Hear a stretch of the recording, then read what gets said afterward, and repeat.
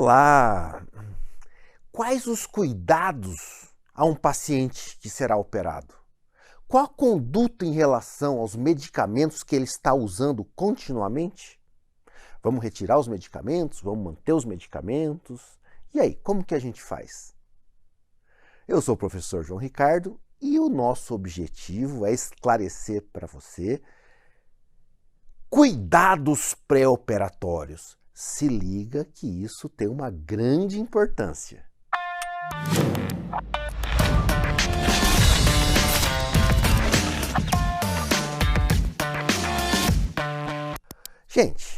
A gente vai operar alguém, fazer um procedimento invasivo com o objetivo de melhorar a qualidade de vida. Claro que a gente tem riscos de complicação que são inerentes a qualquer procedimento. E a gente precisa reconhecer realmente quais são esses riscos através de uma avaliação pré-operatória e também aplicar medidas preventivas para que esse paciente não tenha aí um agravo inadequado ou um desfecho inadequado.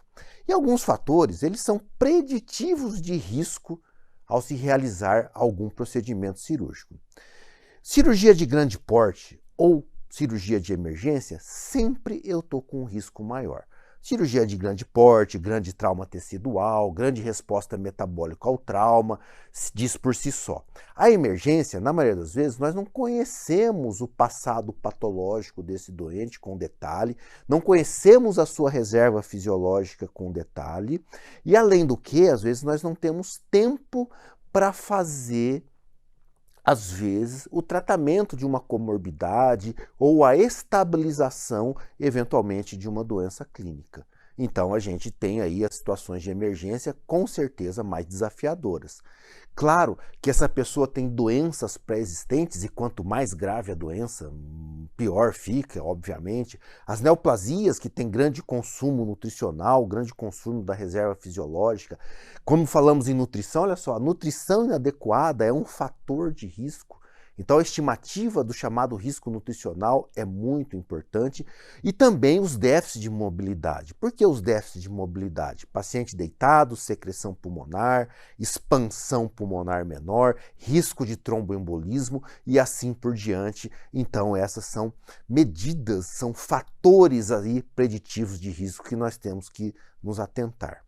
Obviamente, nós vamos fazer um procedimento operatório, ele vai ser numa unidade hospitalar. Então, nós precisamos fazer todo um planejamento, inclusive, da estada dele no hospital, desde o seu preparo lá no ambulatório ou consultório, ou eventualmente chegou na emergência, ao todo o seu período da sua internação. Antes de qualquer coisa, às vezes o período que ele vai permanecer será muito curto, porque às vezes o período é necessário apenas para o ato operatório propriamente dito. Então são os procedimentos chamados ambulatoriais ou procedimentos em day clinic, na qual ele chega, faz o seu procedimento e depois, até 6 horas no máximo, ele retorna à sua casa. Eventualmente, temos situações onde surge uma dúvida se ele deve fazer uma internação de véspera ou não. Essa história da internação de véspera é muito interessante. Antigamente, era rotina internar-se o paciente na véspera da cirurgia. Ele ia tomar um benzodiazepínico para dormir, ia fazer tricotomia, ia fazer clister, quer dizer, o preparo pré-operatório. Só que isso caiu por terra já há um bom tempo. O que acontece? Quando nós estamos mais de 48 horas no hospital, a nossa microbiota cutânea, ela modifica. Nós, que não somos profissionais de saúde, porque eu, profissional de saúde, já não sirvo como exemplo, porque eu vivo dentro de um hospital. Mas uma pessoa da comunidade, ela tem bactérias de um perfil na sua microbiota cutânea. Pessoas que estão internadas há algum tempo, se nós fizermos um swab cutâneo, oral, mão dominante, nós vamos ter um perfil bacteriano todo diferente. Então, quanto mais próximo o paciente internar para fazer o seu procedimento, obviamente ele vai ter menor chance de entrar em contato aí com bactérias patogênicas, ou melhor, com que a sua microbiota cutânea se modifique. E isso é bastante importante e bastante interessante. Então, praticamente, hoje em dia, é muito restrito o uso de internações de véspera ou antes, a não ser que sejam situações muito bem escolhidas, onde você precisa realmente preparar o seu doente, eu preciso fazer uma nutrição parenteral tantos dias antes, tratar determinada comorbidade até o ato operatório, aí tudo bem. Mas a grande preferência é com que esse paciente dê entrada ao hospital 2, 3 horas antes no máximo para o seu procedimento operatório, e esse motivo, além de ser o motivo do estresse, resposta metabólica ao trauma, medo, ansiedade, lugar diferente, é o motivo microbiológico da mudança da sua microbiota. Então, quando a gente fala internação próxima do momento da cirurgia, nós estamos de olho aí na microbiota. Além do que, esse paciente precisa ter uma análise, claro que é ideal ser feita antes da sua internação, né, da avaliação dos exames, os termos de consentimento, claro que se for na urgência vai ser feito na hora, o estabelecimento dos protocolos de cirurgia segura, eventualmente esses pacientes precisam de alguma medicação prévia ao ato operatório e inclusive no âmbito hospitalar, então tudo isso tem que ser levado em consideração. Mas veja bem, foi falado aqui, escrito, avaliação dos exames. Que exames? Então veja bem, no pré-operatório a gente sabe que existe aí uma tendência muito grande, muito forte, de fazer exames protocolares de pré-operatório. Ah, mas se eu não fizer coagulograma, risco cirúrgico cardiológico, etc e tal, o nosso paciente não vai poder ser operado, o anestesista vai cancelar a cirurgia. Então vai aí uma coisa bastante interessante que eu preciso falar com você.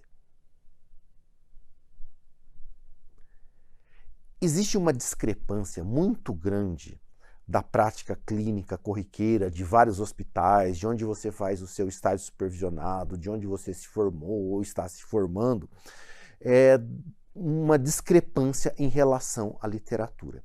Hoje em dia a gente vive num momento de muita preocupação com aspectos jurídicos, legais, então há uma tendência muito grande, até como forma de prevenção, a se fazer aquilo que se chama de todos os exames antes da cirurgia. E a gente vê situações de pacientes, por exemplo, que vão ser submetidos a pequenas cirurgias. Vou dar um exemplo para a gente entender melhor.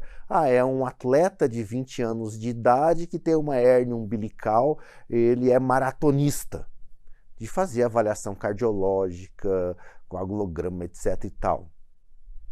Isso na nossa rotina do dia a dia. Eventualmente já é rotina do serviço. Tem serviços que tem ambulatório de pré-operatório.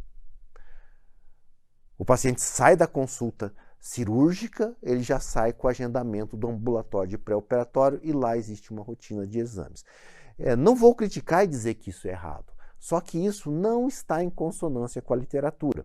E as questões de prova, eles perguntam muito sobre essa situação, principalmente em relação a pacientes rígidos, jovens, sem comorbidades, que vão ser submetidos a determinados pequenos procedimentos. Na verdade, a gente não precisaria fazer exame nenhum, a não ser o exame clínico.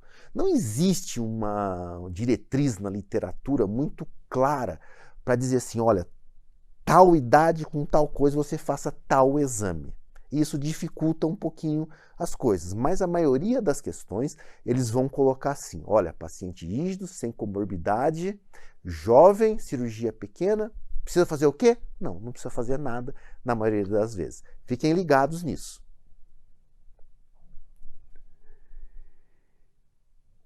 Agora, se o paciente tem comorbidades, aí nós vamos fazer um monte de exames. Se ele tem uma doença em atividade causando um dano patológico, fisiológico ou fisiopatológico, claro que nós vamos fazer toda a abordagem necessária para resolver esse determinado problema. Esse quadrinho que está no nosso livro, ele ajuda muito a gente.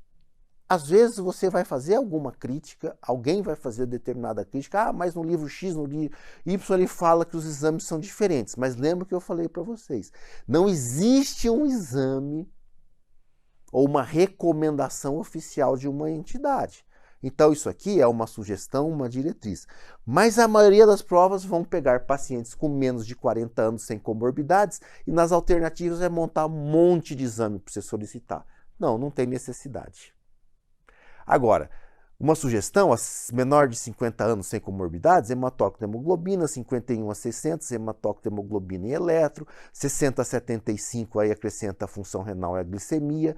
Acima de 75, sem comorbidades, claro, eu sei que é difícil ter um paciente acima de 75 anos sem comorbidades. Aí acrescenta o raio-x. Agora, ele tem uma doença sistêmica, mesmo que ele tenha 15 anos de idade, tem diabetes tipo 1, claro que eu vou fazer a glicemia, claro que eu vou avaliar órgão-alvo, creatinina. Então aí o bom senso, o conhecimento clínico é bastante importante, claro que aliado a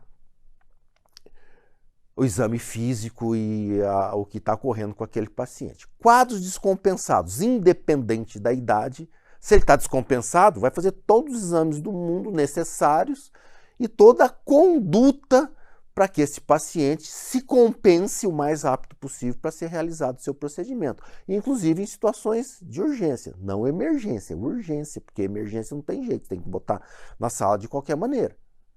Tá? Então esses exames básicos pré-operatórios, entendam isso como uma sugestão, mas chamando a atenção, porque às vezes você pensa na hora de você estar lá respondendo, mas lá onde eu fiz lá minha graduação, no serviço que eu atuo, existe a rotina tal.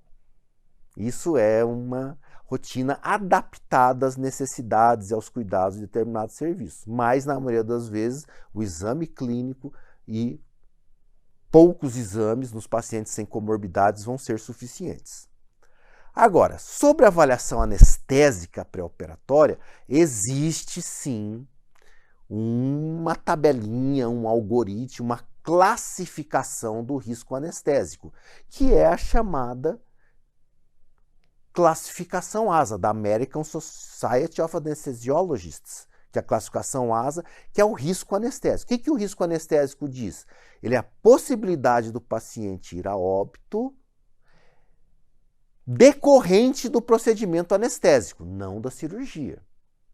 Então, na verdade, a avaliação anestésica pré-operatória, na nossa aula de anestesia a gente discute com maiores detalhes, ela leva em consideração o risco ASA, mas leva em consideração algumas outras situações. Nós temos uma aula também, chama Risco Cirúrgico e Estado Físico, que também esclarece bem sobre essas comorbidades. Então nós temos aqui análise dessas comorbidades. Se nós temos doenças descompensadas, elas devem ser corrigidas. Se tivermos distúrbios, por exemplo, hidroeletrolíticos, hipopotassemia, hiponatremia, etc., elas devem ser corrigidas. Agora, algumas coisas são importantíssimas de ser pesquisadas. Antecedentes de hipertermia maligna, inclusive familiares, via aérea difícil, dificuldades da punção venosa e, obviamente, necessidade de acesso venoso central, para que você tome providências antes. E você já saiba, claro que o ideal é ter uma consulta anestésica pré-operatória. Isso faz parte dos protocolos de cirurgia segura. A maioria dos locais já tem ambulatórios de anestesia para que sejam avaliados e aí preenchido um checklist, um formulário padrão. Na hora da anestesia, do ato operatório, o anestesiologista, que não necessariamente é o mesmo que fez a avaliação anterior ambulatorial, ele vai ler o relatório e já vai ver as precauções que ele deve tomar. Isso aí realmente é bastante importante.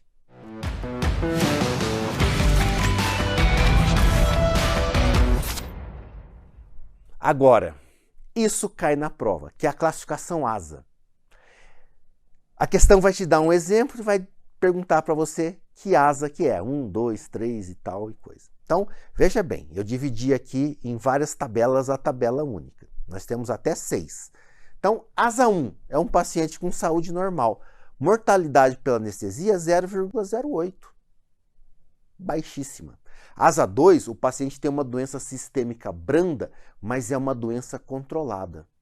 Por exemplo, uma hipertensão controlada com uso diário de medicação, atividade física, ele está lá com a pressão 12/8, tomando um comprimidinho só por dia, fazendo exercício, restringindo o sal.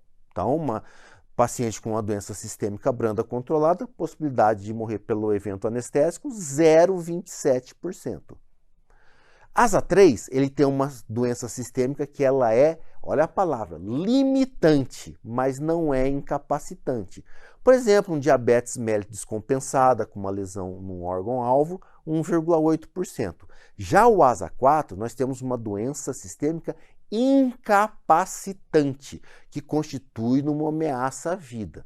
Então você pega uma doença pulmonar obstrutiva crônica, oxigênio dependente, a insuficiência cardíaca congestiva, que o paciente tem dispneia aos mínimos esforços, isso é uma doença assim, super incapacitante, 7,8%. Então você vê que a coisa já vai ficando mais complicada. O asa 5 é aquele paciente moribundo.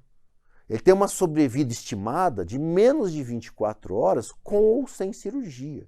Ele já tem insuficiência de 3 ou mais sistemas orgânicos, já está entubado, droga vasoativa e insuficiência renal, por exemplo.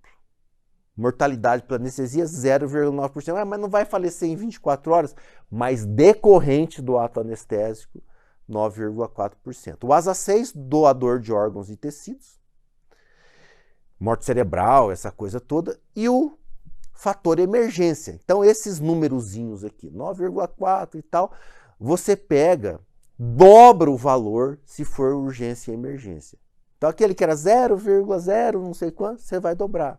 9,4 vai passar a ser 18,8. Então, assim por diante, e isso cai na prova. A gente tem que lembrar esses critérios ASA, que não tem jeito. Todo ano, em algum lugar, alguém vai perguntar isso, porque é uma questão fácil de perguntar, não cabe recurso, então é tranquilo aí para quem é examinador. Então, vamos lá em frente.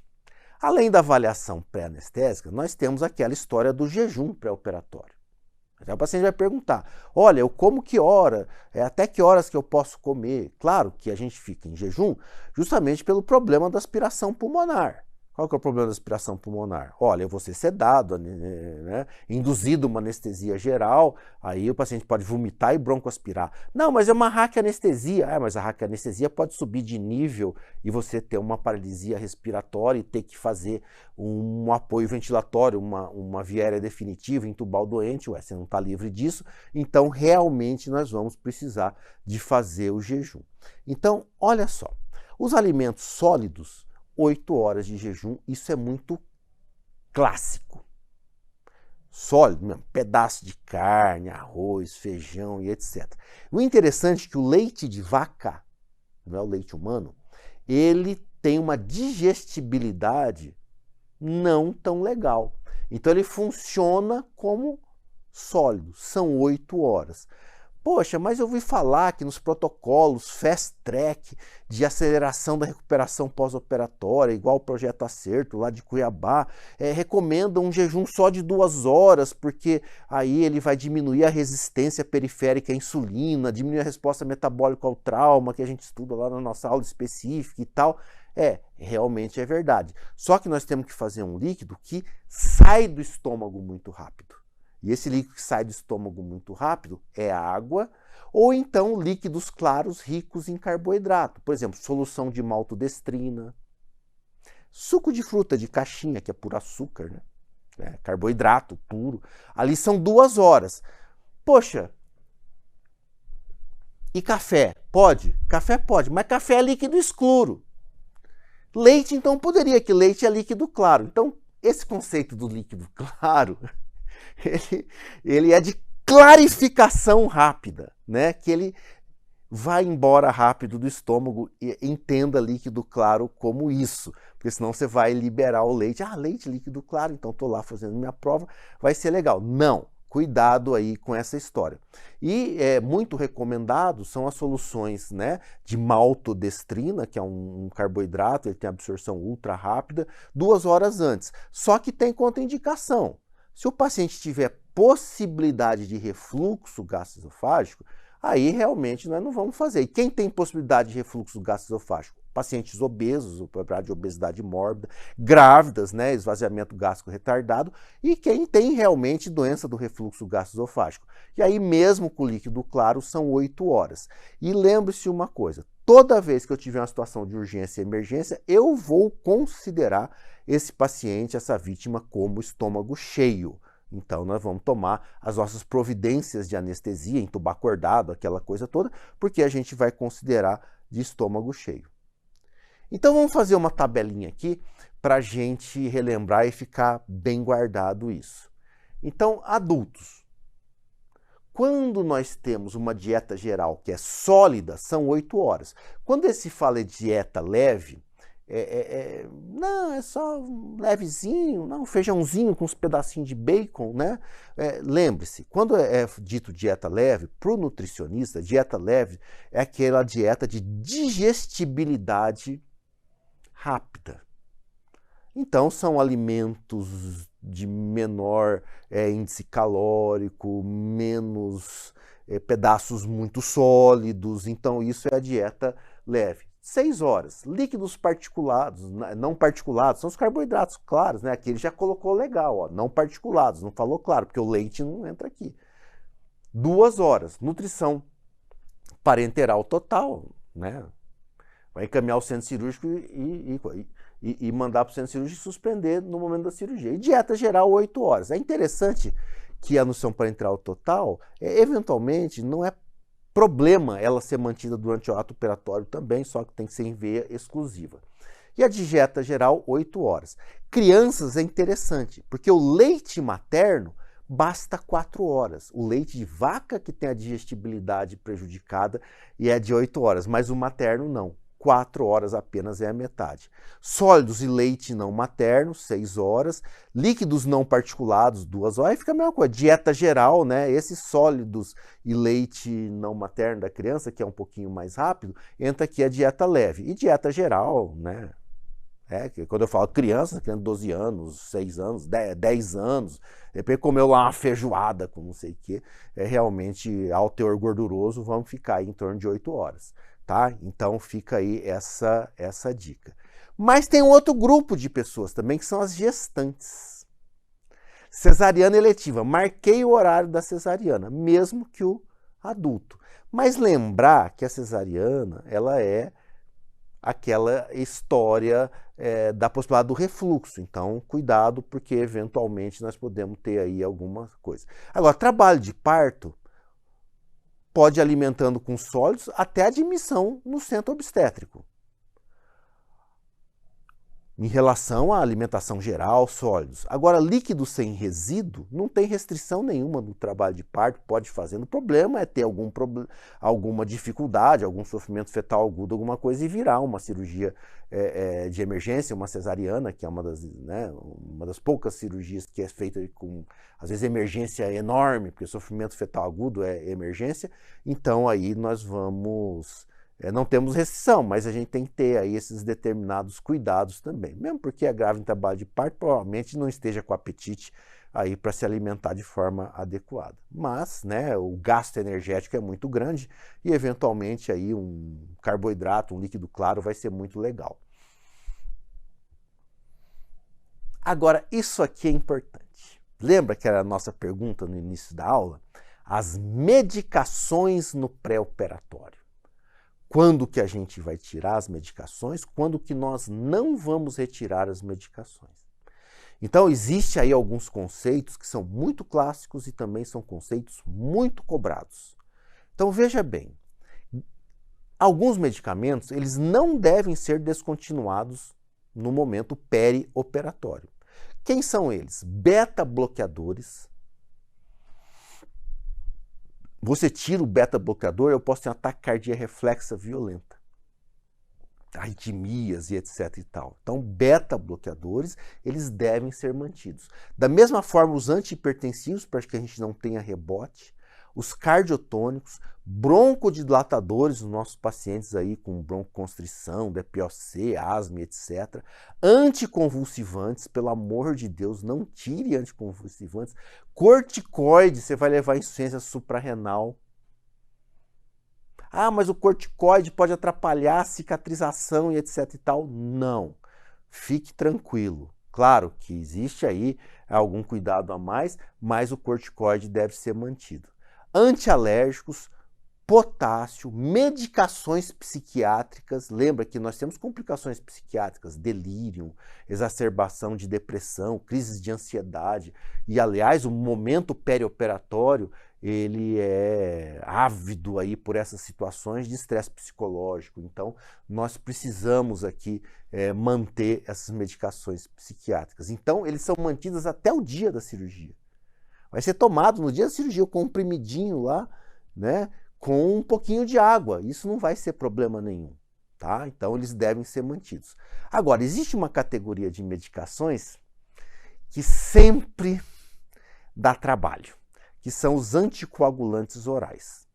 Nós temos, basicamente, 2 tipos de anticoagulantes orais no mercado hoje em dia, que são de uso rotineiro. Os cumarínicos são os inibidores lá da via dos fatores de coagulação dependentes da vitamina K, que são os cumarínicos, né, nome comercial Marevan. E temos inibidores do fator XA, que são mais modernos, né, exemplo Xarelto, Eliquis e outros aí, que eles são mais específicos, mais mansos, não precisa ficar fazendo TAP todo dia, aquela coisa toda. Então, mas os cumarínicos, eles são mais hard, né, eles têm assim uma potência grande e eles devem ser usados em situações que só eles dão conta do recado. O sujeito tem uma válvula cardíaca metálica, por exemplo, vai ter que usar o cumarínico, não tem jeito. Então, o que acontece? Meu paciente está usando o cumarínico, vai ser operado de determinada situação e eu preciso descontinuar, senão ele vai sangrar durante a cirurgia. Então, o cumarínico, ele vai ter uma suspensão prévia por 5 dias antes. E eu vou controlando o INR lá, o TAP, e o ideal seria que ele caia para 1,5 ou menos para você operar com segurança. Ah, mas e aí vai ficar, o paciente vai fazer trombose? Não, você usa o agente antitrombótico, pode ser heparina de baixo peso molecular durante esse período, pode tirar o cumarínico e já automaticamente fazer uso da heparina de baixo peso molecular sem problema nenhum. Então lembra, cumarínico, 5 dias. Agora, estou usando o inibidor do fator 10A, via oral, bonitinho, 2 dias antes. Claro, substituição por heparina, normalmente subcutânea, de baixo peso molecular. Pode ser heparina comum também, só que ela deve ser usada mais dias, mais vezes por dia do que a heparina de baixo peso molecular. Claro, de acordo com as possibilidades de trombose, médio, baixo e pequeno risco, aquela coisa toda. Mas guardem bem isso. Cumarínicos, 5 dias, inibidores do fator 10A, 2 dias. E a heparina? Estou usando heparina então, heparina de baixo peso, heparina fracionada, heparina venosa quase não se usa mais. Nós vamos suspender ela 6 horas antes, né? Nós estamos usando heparina, quer dizer, na noite anterior, você vai operar logo cedo, enfim. E reiniciar a heparina de 12 a 14 horas após, com toda segurança. O AS, o ácido acetil salicílico, que é usado em profilaxia primária de eventos, tem trombo na carótida, enfim, hipertensão arterial, essa coisa, suspender ele 7 dias antes. Mas cuidado que tem ácido acetil salicílico sendo usado para prevenção secundária, quer dizer, ele já tem um stent, por exemplo, ele tem napoplitia no coração, operou a carótida, alguma coisa assim, aí é chamada prevenção secundária, é uma história um pouquinho diferente. E a ticlodipina, que é outro antiagregante plaquetário, ele deve ser descontinuada 2 semanas antes. Então vamos ficar muito de olho aqui nessa tabelinha, porque ela vai ajudar muito a gente, porque isso realmente é bastante questionado. Um update. Lembra aquela história da ácido acetil salicílico, que ele pode ser utilizado em prevenção primária? O que é prevenção primária? Ele não teve um evento cardiovascular ainda. O médico assistente, achou que ele teria condições de ter uma possibilidade de ter um evento tromboembólico, ele está usando, mas ele ainda não teve. Então eu vou descontinuar o ácido acetil salicílico por 7 dias. Agora, se ele está sendo utilizado dupla antiagregação plaquetária, clopidogrel e ácido acetil salicílico, em dupla. O que nós vamos fazer? Descontinuar o clopidogrel 5 dias antes e manter o ácido acetil salicílico. Isso em cirurgia não cardíaca. Então, vamos prestar bastante atenção nisso, nessa história da profilaxia primária e da profilaxia secundária, que isso é uma dica quente e atual. Uma questão para a gente brincar. Na clínica cirúrgica, o tempo de trotrombina, aquele que avalia o INR, o TAP, né, é utilizado como uma avaliação pré-operatória da coagulação sanguínea. Em relação a esse teste, assinale a alternativa correta. Para que serve INR na avaliação pré-operatória lá dos pacientes que estão usando, né, anticoagulante? Ele avalia a via intrínseca da coagulação juntamente com a função plaquetária? Avalia os fatores 7A, 10A, 2A e os efeitos do cumarínico? Avalia a via extrínseca da coagulação juntamente com o tempo de sangramento? Também é utilizado no diagnóstico de coagulação intravascular disseminada? Avalia o efeito do clopidogrel, rivaroxabana e dagigatrana, que são inibidores do fator 10A?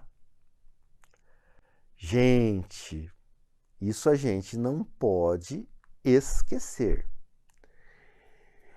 O INR do TAP, lá do tempo de protrombina, na verdade, ele avalia aquelas situações, aqueles fatores dependentes da vitamina K.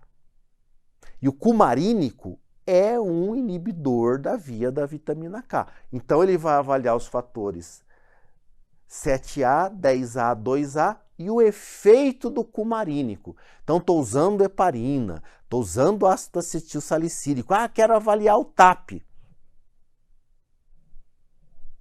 Não tem fundamento, porque ele é utilizado para avaliar os efeitos dos cumarínicos e vamos ficar ligados. Na verdade, não é nem uma questão de clínica cirúrgica, é uma questão de clínica médica, né, de hematologia, mas ilustra bem aí algumas dicas para a gente. E temos outras medicações no pré-operatório que também temos que saber lidar com elas. Os hipoglicemiantes orais devem ser substituídos por insulina regular ou insulina NPH na véspera do ato operatório. Insulina regular, tira o hipoglicemiante oral, faz a glicemia capilar e você faz insulina regular, talvez seja esse o método mais usado. Se você eventualmente tiver um caso mais intenso, você pode até usar insulina NPH, mas raramente não se usa.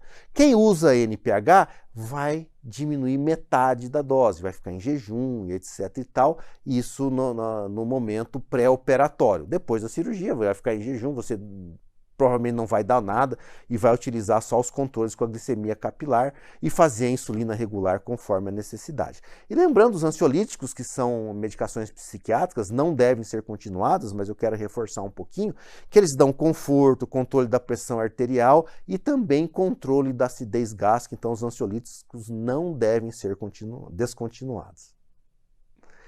Uma outra situação interessante, lembra que eu falei para vocês, olha, vai internar antes para fazer clister, tricotomia e etc e tal. E a tricotomia, a gente faz ou não?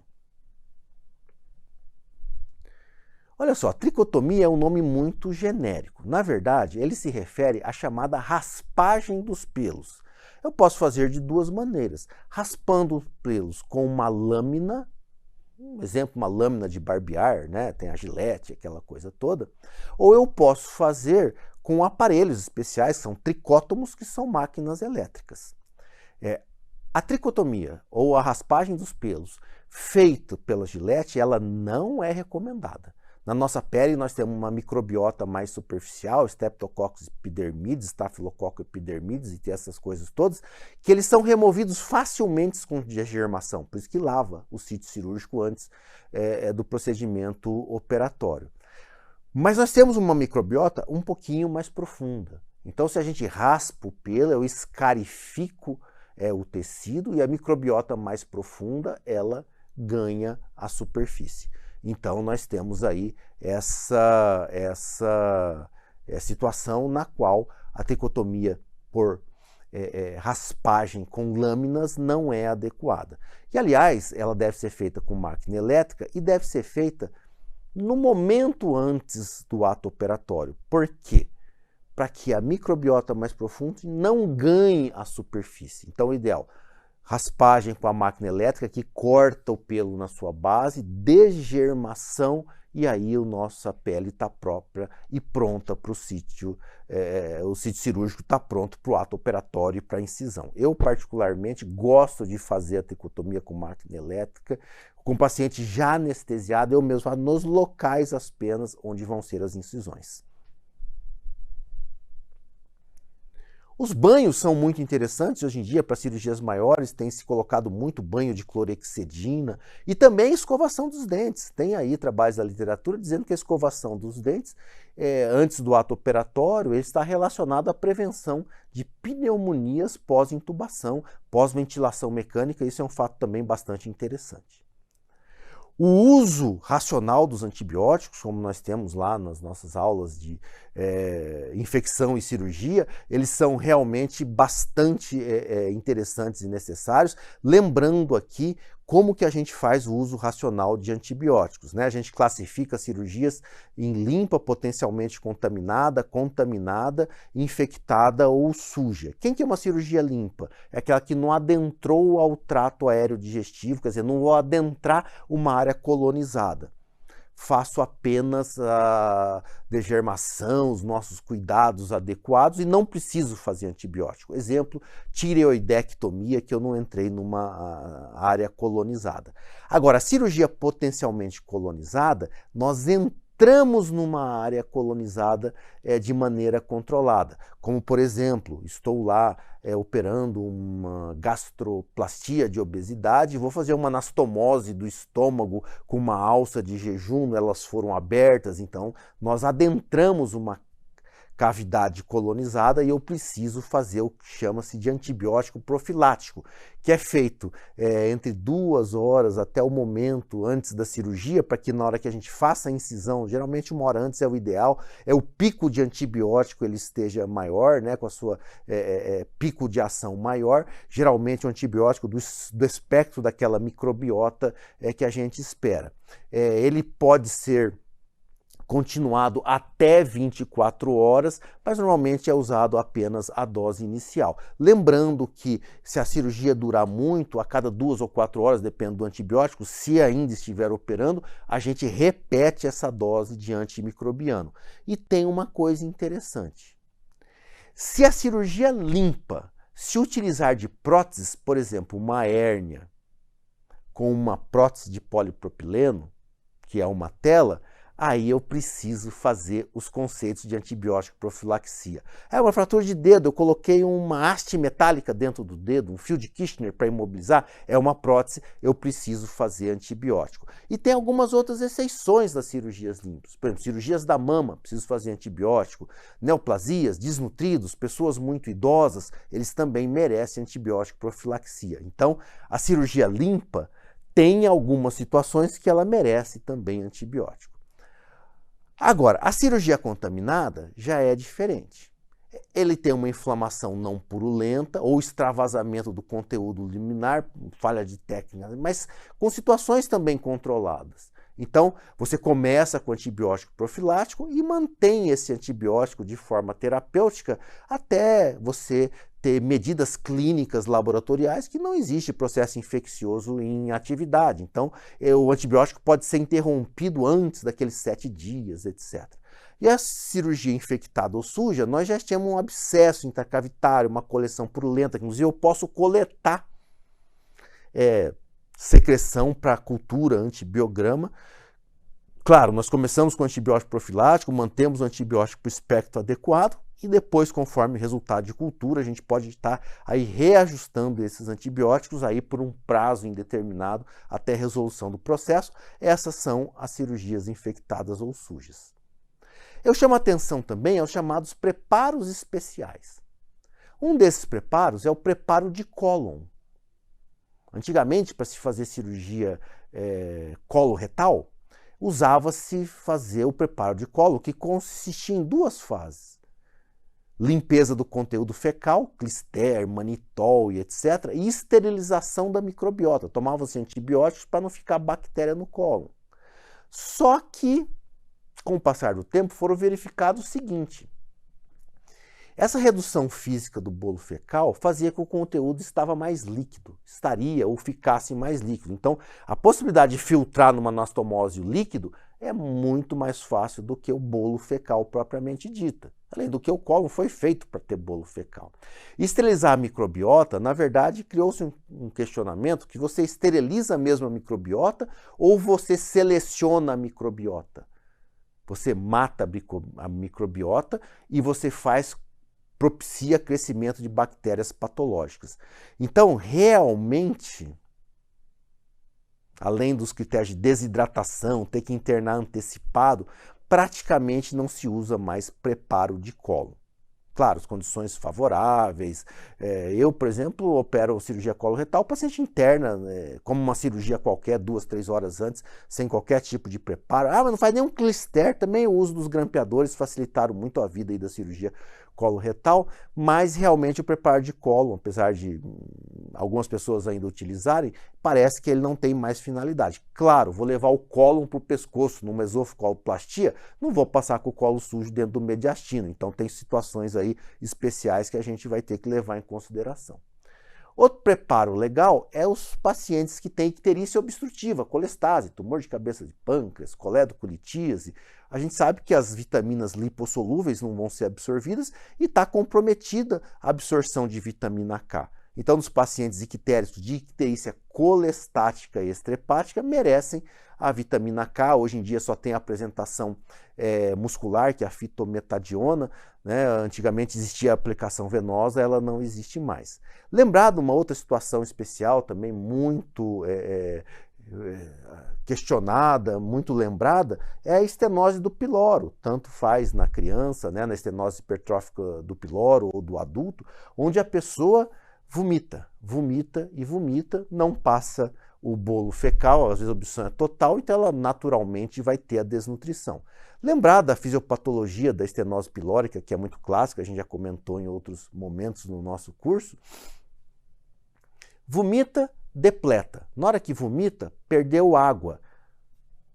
Suco gástrico tem muito hidrogênio, então ele perde água com ácido. Então, o grande exemplo de alcalose metabólica que nós conhecemos é a estenose pilórica.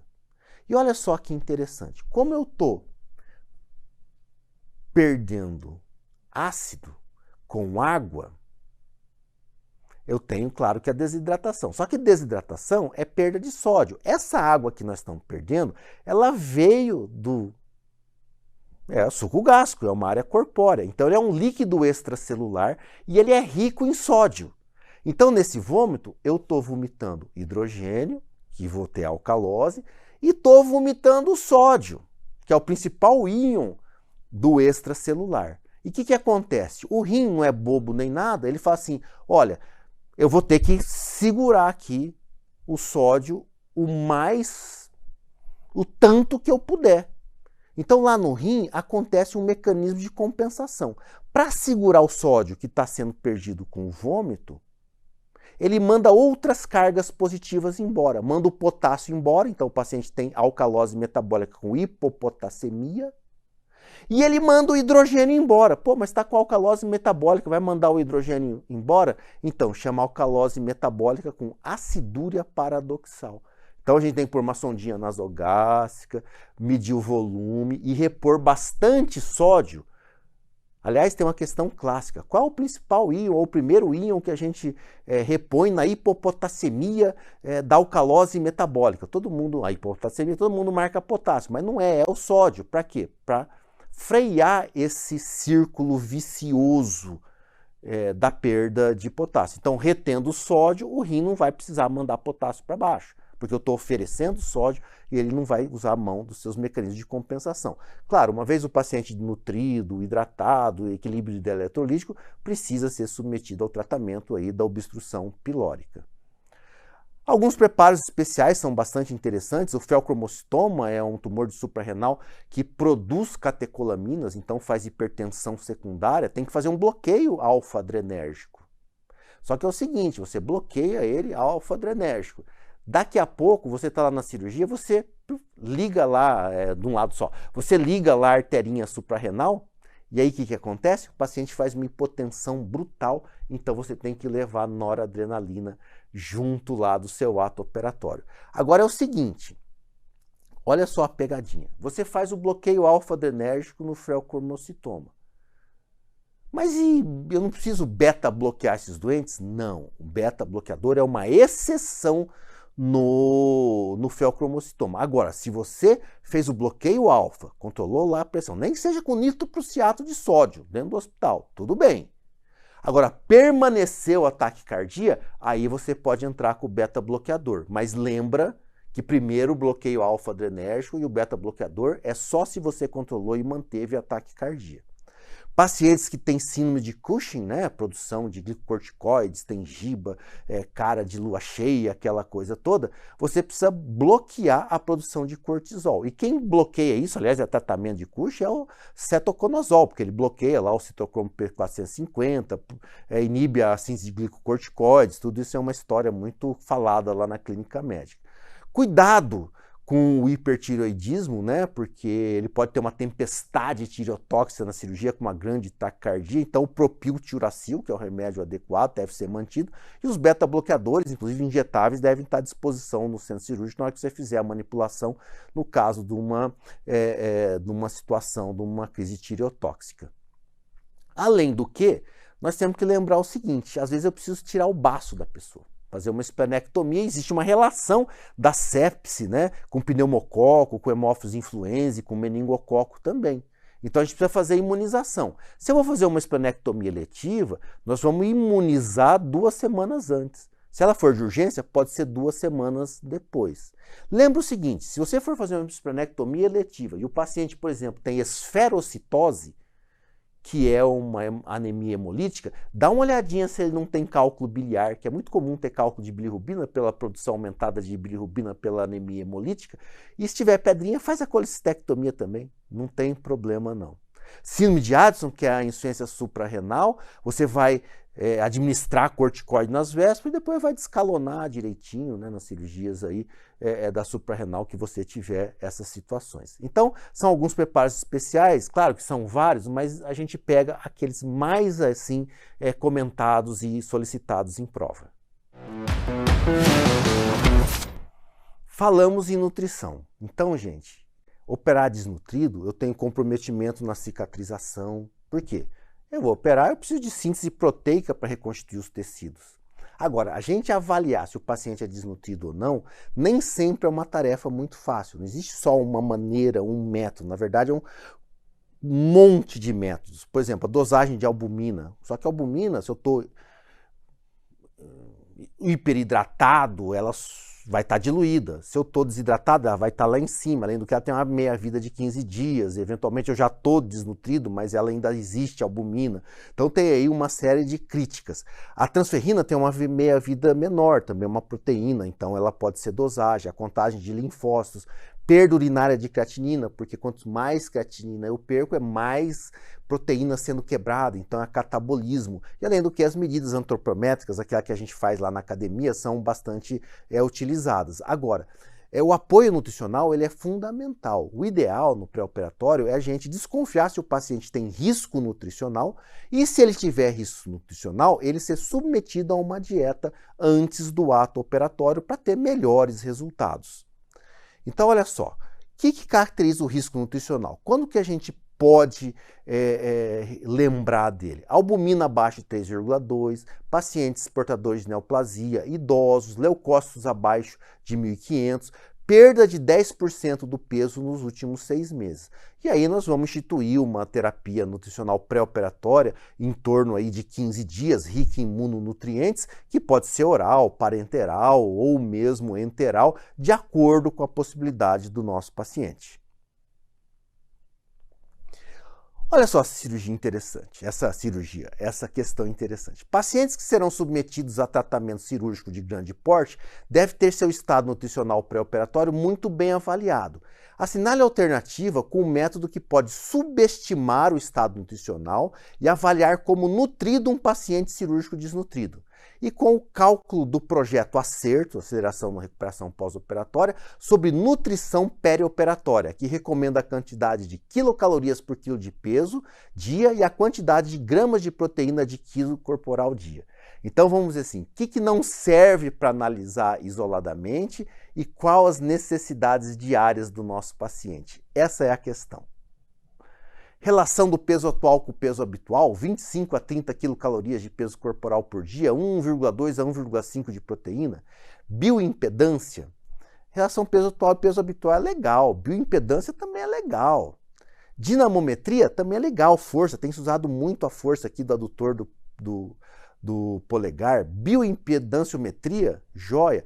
Índice de massa corporal IMC, 25 a 30 de peso corporal por dia, 1,2 a 1,5 de gramas de proteína de peso corporal dia. Gente, IMC serve para avaliar se o paciente é obeso mórbido, sobrepeso e tal. Ele, para avaliar a desnutrição, é uma desgraça, porque o paciente pode ter perdido 10% do seu peso corporal aí em pouco tempo, menos de 6 meses, e ainda está com o IMC alto porque ele era muito obeso, e isso aí já caracteriza risco nutricional. Então, gente, esquece o índice de massa corpórea, pelo amor de Deus. Joia? Fica aí uma dica importante. E as necessidades calóricas e proteicas diárias, que também são bastante bem conhecidas de todo mundo. Calma que não acabou não. Eu quero falar um último assunto bem rapidinho para vocês, que são os protocolos de segurança cirúrgica que nós falamos no começo. A patrona da enfermagem, Florence Nightingale, 2 séculos atrás, já dizia, tá no hospital, não é para causar mal para o paciente, só é para causar bem. Quando eu falo hospital, estou falando também em procedimentos cirúrgicos.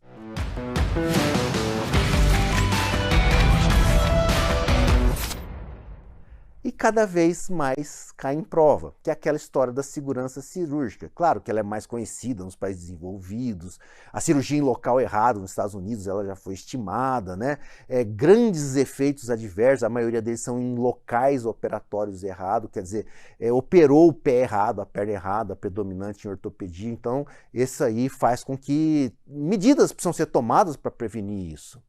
Então, a Organização Mundial de Saúde fez uma iniciativa global para assistência cirúrgica, e lançou o tal do segundo desafio global à segurança do paciente, que cirurgias seguras, elas realmente salvam vidas. Então, algumas evidências são muito grandes e já foram feitas. A lista de verificação de cirurgia segura reduz a mortalidade. Reduziu em um país aí de 11% para 8%. Isso não é desprezível.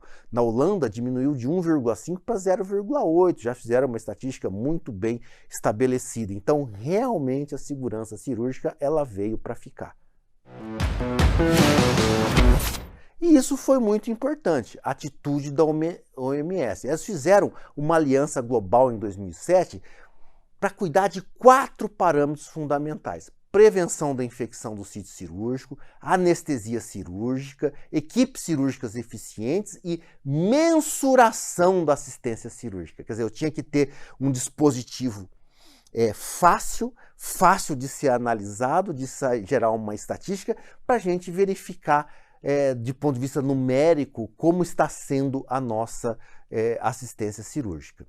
Então, o primeiro grande ponto é a prevenção de infecção do sítio cirúrgico. A gente sabe que a infecção causa complicações, precisa de uma correta esterilização, rastreamento dos materiais, profilaxia antimicrobiana correta. E olha, antibióticos usados de forma inadequada, eles têm perda de efetividade. Então, quando a gente fala, olha, o antibiótico é potencialmente contaminada, limpa, contaminada, infectada, é porque nós não queremos que o antibiótico perca a sua efetividade. A anestesia segura é um outro grande ponto, porque complicações anestésicas ainda são causas de óbitos.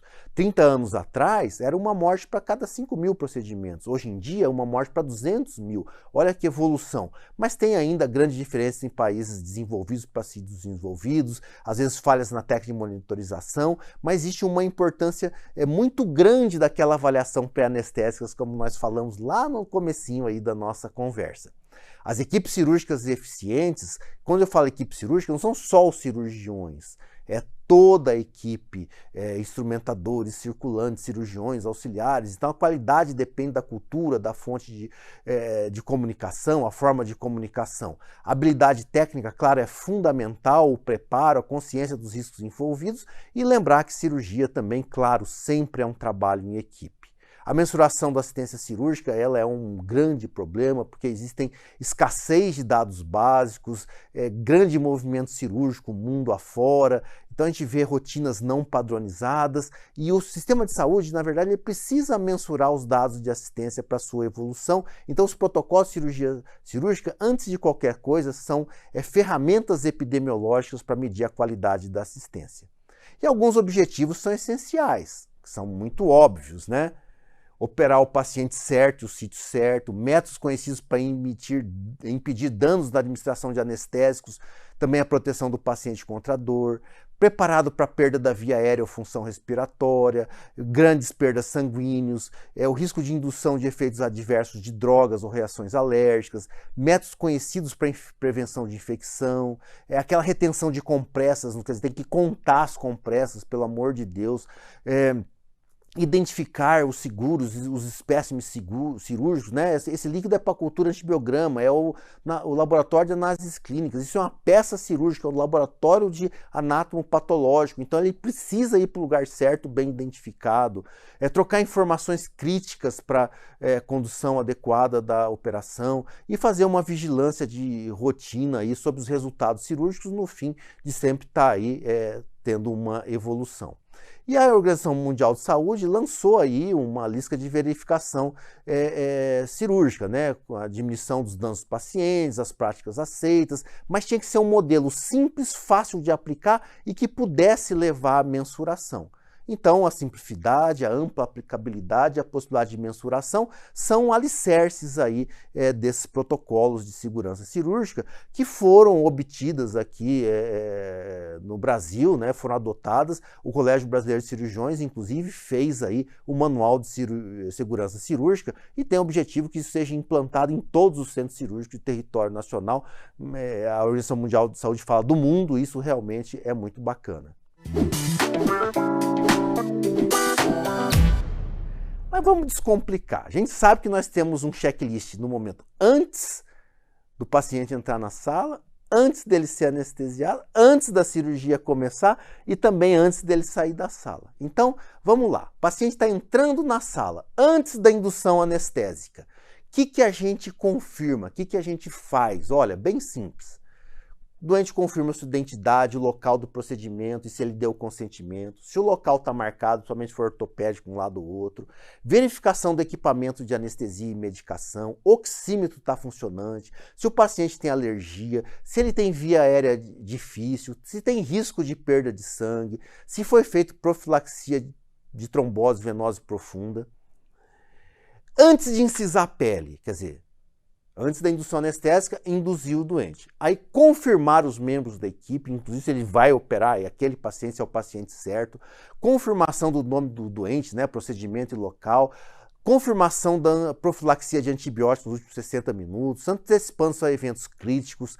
O cirurgião fala o tempo planejado, a previsão de perda sanguínea, se o anestesista tem alguma preocupação específica e para a enfermagem, se a esterilização for confirmada e se os exames de imagem necessários eles estão visíveis, algum raio-x, alguma situação ou alguma providência, olha, eu preciso de um raio-x-escopia, se isso está disponível ou não, então tudo isso deve ser feito. E antes do paciente sair da sala cirúrgica, né, o nome do procedimento, a contagem dos instrumentos, compressa e perfurocortantes, quer dizer, não pode ficar nenhuma pinça dentro da barriga, nenhuma compressa. Rotulagem dos produtos biológicos, se for para o laboratório certo, reportar algum equipamento que teve problema, as preocupações da equipe e também verificar se há necessidade de profilaxia mecânica ou de tromboembolismo. Claro, isso vai na prescrição do paciente, mas isso também é uma preocupação bastante grande. E antes do paciente sair da sala, verificar se tem alguma recomendação especial. Vai estar na prescrição orientação sobre o jejum, reintrodução da dieta, posição no leito, profilaxia de TEB, continuidade ou não de antibióticos. Claro, vai ser feito isso na prescrição. E olha só essa questão. São elementos da lista de verificação de segurança cirúrgica, início, intervalo e finalização, respectivamente. Ele quer saber daquela nossa listinha lá do Descomplicando. Verificar se o oxímetro está funcionando. Opa, é antes. Confirmar se os membros da equipe por nome e função. Opa, antes da incisão. Se houve espécime, verificar se está rotulada de forma correta para ir do laboratório correto. Isso é depois. Opa, legal, está confluente. Verificar se o cirurgião está marcado, identidade do paciente, membros da equipe estão cientes do caso. Membros cientes do caso é antes e não depois, então está errada. Contagem de agulhas e compressas, isso é depois. Nome do procedimento como registrado, legal. Espécimes, se houver, estão rotulados, isso é depois. Oxímetro de pulso é antes e não a terceira coisa. Revisar etapas críticas inesperadas, legal, logo no começo. Oxímetro de pulso, não, oxímetro de pulso deveria vir na frente. Então, para vocês verem como estão sendo feitas as perguntas de acordo com cada etapa aí da lista de verificação. Logo, a alternativa adequada é a nossa alternativa A. Gente, esses foram os nossos preparos pré-operatórios. Não é uma coisa muito dinâmica de vamos operar isso, aquilo, mas tem uma importância muito grande, tá bom? Grande abraço!